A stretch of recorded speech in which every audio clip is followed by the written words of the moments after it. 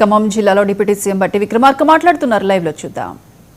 ఇల్లు లేని పేదవాళ్ళందరికీ ఇందిరమ్మ ఇల్లు 5 లక్షల రూపాయలతో శాంక్షన్ చేస్తాం, 1,00,000 2 లక్షలు కాదని చెప్పినట్టుగానే ఈరోజు రాష్ట్రంలో 4,50,000 ఇళ్లని ఒకటేసారి శాంక్షన్ చేసి ఒక్కొక్క శాసనసభ నియోజకవర్గంలో 3,500 ఇళ్లను 22,500 కోట్ల రూపాయలతో ఇందిరమ్మ ఇళ్లని శాంక్షన్ చేసి పేదవాళ్ళు వాళ్ళు భూమి పూజ చేసి ఇల్లు కట్టుకుంటా ఉంటే ఆ కట్టుకున్న ఇళ్లలో తిరిగి గృహప్రవేశం చేసేటప్పుడు ఆ గృహప్రవేశానికి ప్రభుత్వంలో ఉన్నటువంటి పాలకులు వచ్చి మీతో పాలు పొందించి మీ సంతోషాన్ని చూడటే ఈ రాష్ట్ర ప్రభుత్వ అంతిమ లక్ష్యంగా పెట్టుకొని ముందుకు పోతాం.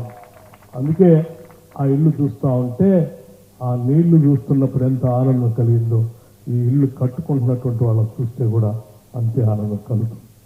అందుకే ఇల్లు కట్టుకునేటువంటి ప్రతి ఒక్కరికి నేను ఆ మధ్య ఒక గ్రామం నుంచి ఈ రాష్ట్ర వ్యాప్తంగా ఇందిరమ్మ ఇల్లు కట్టుకునేట్టు వాళ్ళకు ఒక సందేశం ఇచ్చాం.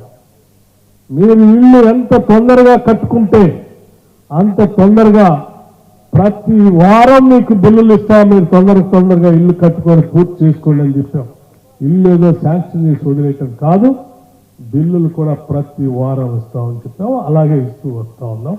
తొందరగా పూర్తి చేసుకోవాల్సిందిగా రాష్ట్ర వ్యాప్తంగా ఇందిరమ్మ ఇళ్ళు లబ్ధిదారులందరికీ కూడా నేను పిలిపిస్తా ఉన్నాను. అట్లాగే వ్యవసాయానికి సంబంధించిన కార్యక్రమం కాబట్టి నేను కొన్ని విషయాల మీద తీసుకొని ఆలోచుకున్నాను. ఈరోజు జిల్లాలో 2,79,10 ఎకరాలు ఈరోజు రాష్ట్రంలో ఆయకట్టు ఉంటే ఇప్పటి వరకు అదనంగా ఈ 2,79,10 ఎకరాలు కూడా ఆనాటి కాంగ్రెస్ ప్రభుత్వాలే ఆయకట్టును తయారు చేసి ఇచ్చాయి. అవి లెఫ్ట్ కెనాల్ కావచ్చు, మీడియం ఇరిగేషన్ మైన్ ఇరిగేషన్ కార్యక్రమాలతో కావచ్చు, లేకపోతే గతంలో ఉన్నటువంటి లిఫ్ట్ ఇరిగేషన్ ద్వారా కావచ్చు.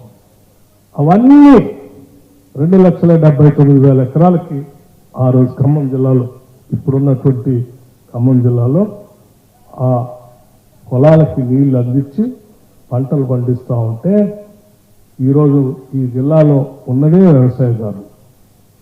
వ్యవసాయమే ప్రధాన వ్యాపకంగా ఉంది.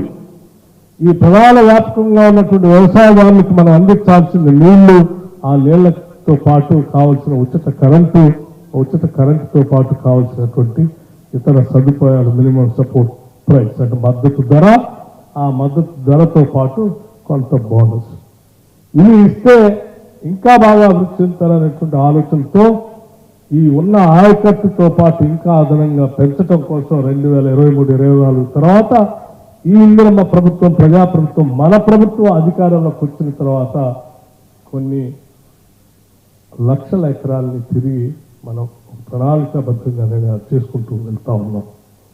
అందులో భాగంగా ఈరోజు మనం తీసుకున్నట్లయితే మరొక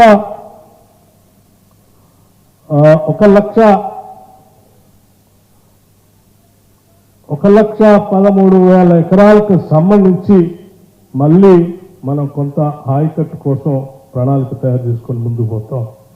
ఇందులో భాగంగా మొన్న మనం మొదలుపెట్టినటువంటి పాలేరు శాసనసభ నియోజకవర్గంలో ఇచ్చినటువంటి లిఫ్ట్ ఇరిగేషన్ సంబంధించినటువంటి కార్యక్రమం 1,38,000 ఎకరాలు స్టెబిలైజేషన్ మున్నేటు పాలేరు లింక్ కెనాల్ కింద, జవహర్ లిఫ్ట్ ఇరిగేషన్ స్కీమ్ కింద 33,025 ఎకరాలు, రాజు ఫీడర్ కెనాల్ ద్వారా 23,000 ఎకరాలు స్టెబిలైజేషన్ ఆయకట్టు కొనుగోలు వందనం ద్వారా 2,500 ఎకరాలకి నీళ్లు, మంచుకొండ లిఫ్ట్ ఇరిగేషన్ స్కీమ్ ద్వారా 2,412 ఎకరాలకి మొత్తంగా 1,98,937 ఎకరాలు, 1,98,937 ఎకరాలు అదనంగా ఈ ప్రభుత్వం వచ్చిన తర్వాత, గతంలో 2,79,000 ఉంటే మనం వచ్చిన తర్వాత మరొక అదనంగా 1,98,000 ఎకరాలకి నీళ్లు ఇవ్వటం కోసం ఇరిగేషన్ ప్రాజెక్టుకు సంబంధించిన ప్రణాళిక తయారు చేసుకుని ముందుకు పోవటం కాదు, శాంక్షన్ చేసి నిధులు కేటాయించి వాటి పనులు కూడా వడివడిగా చేపిస్తా ఉన్నాం. ఇది వ్యవసాయం మీద ఉన్నటువంటి ఈ ప్రభుత్వానికి ఉన్నటువంటి చిత్తశుద్ధి.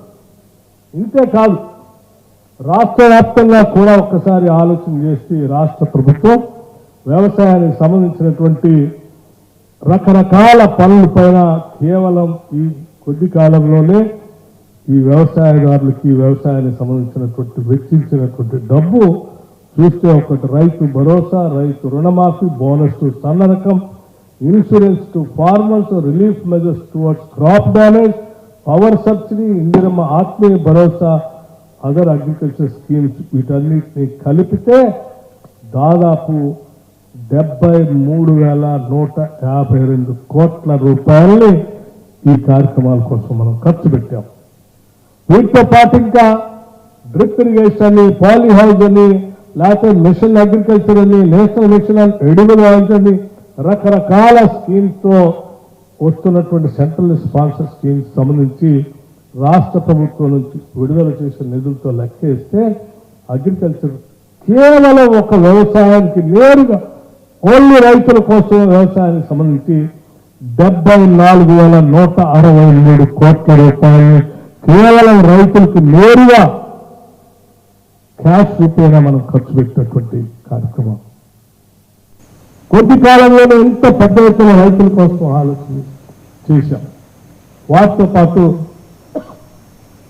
పేదవాళ్ళ కోసం ఇందిరమ్మ ప్రభుత్వం, ప్రజాప్రభుత్వం వస్తే మాకు కూడా మేలు జరుగుతుందని ఆశపడుతున్నటువంటి వాళ్ళందరి పేరు మీద చేయూత, ఇందిరమ్మ హౌజెస్, మహాలక్ష్మి అంటే